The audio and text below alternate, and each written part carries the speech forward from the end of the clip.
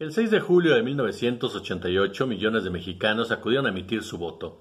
El nivel de participación fue de 50.4%, sin embargo, el resultado de las elecciones de presidente de la República, senadores, diputados y asambleístas no se dio a conocer esa noche, sino hasta una semana después, lo que despertó muchas especulaciones. Los primeros resultados debieron comenzar a aparecer en las pantallas del Registro Nacional de Electores hacia las 19 horas del 6 de julio, pero esto no ocurrió. Uno de los comisionados ante la Comisión Federal de Electricidad informó que el sistema de cómputo se había caído y que el presidente de este había planeado una reunión con la Secretaría Técnica para corregir la falla.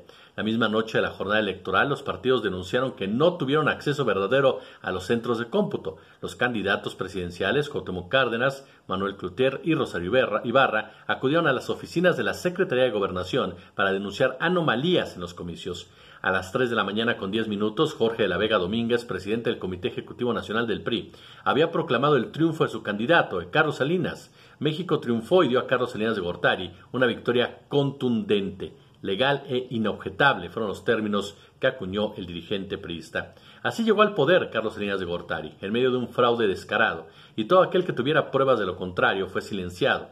El caso de Javier Obando y Román Gil, ambos colaboradores de Cárdenas, que fueron asesinados a mansalva en el casco de Santo Tomás, fue el ejemplo claro, el mensaje que se convertiría en los 6 años siguientes en el sello con el que el salinismo trató a la oposición de izquierda. Fueron los perredistas los que experimentaron mayormente el ataque de Salinas. Registró 265 militantes asesinados entre 1989 y 1994. Los homicidios de perredistas se concentraron mayormente en 4 estados: Michoacán, Guerrero, Oaxaca, Puebla y el resto en otros lugares. Así como Salinas atacaba por una parte a la oposición, por la otra, concertaba y reconocía los triunfos electorales del panismo, cuyos dirigentes como Diego Fernández Ceballos, Luis Héctor Álvarez o Carlos Castillo Peraza le otorgaron al salinismo su aval de legitimidad, acuerdos conocidos como la concertación. El sexenio también estuvo marcado por la tortura. El periodista Carlos Acosta recuerda en su texto del libro Salinas en Proceso, editado por Grijalbo y la revista Proceso, que 2 de sus jefes policíacos, Miguel Nazararo y José Antonio Zorrilla, estuvieron inmiscuidos en graves violaciones de derechos humanos. Sin embargo, Carlos Salinas siempre ha negado el fraude.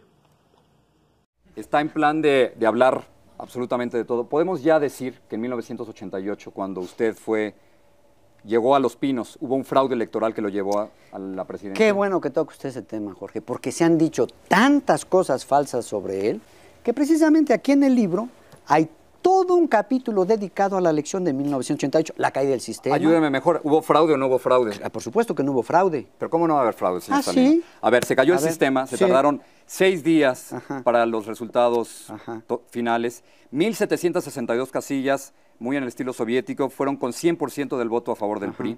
La mitad de las 54,000 casillas no fueron contadas por la oposición, hice mi tarea, como verá. Se destruyeron en el 92 los votos en el Congreso priista, dominado obviamente por usted. ¿No hubo fraude en el 88?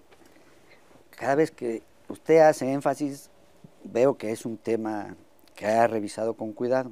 Pero en este caso lo revisó incompleto. A ver, ¿qué faltó?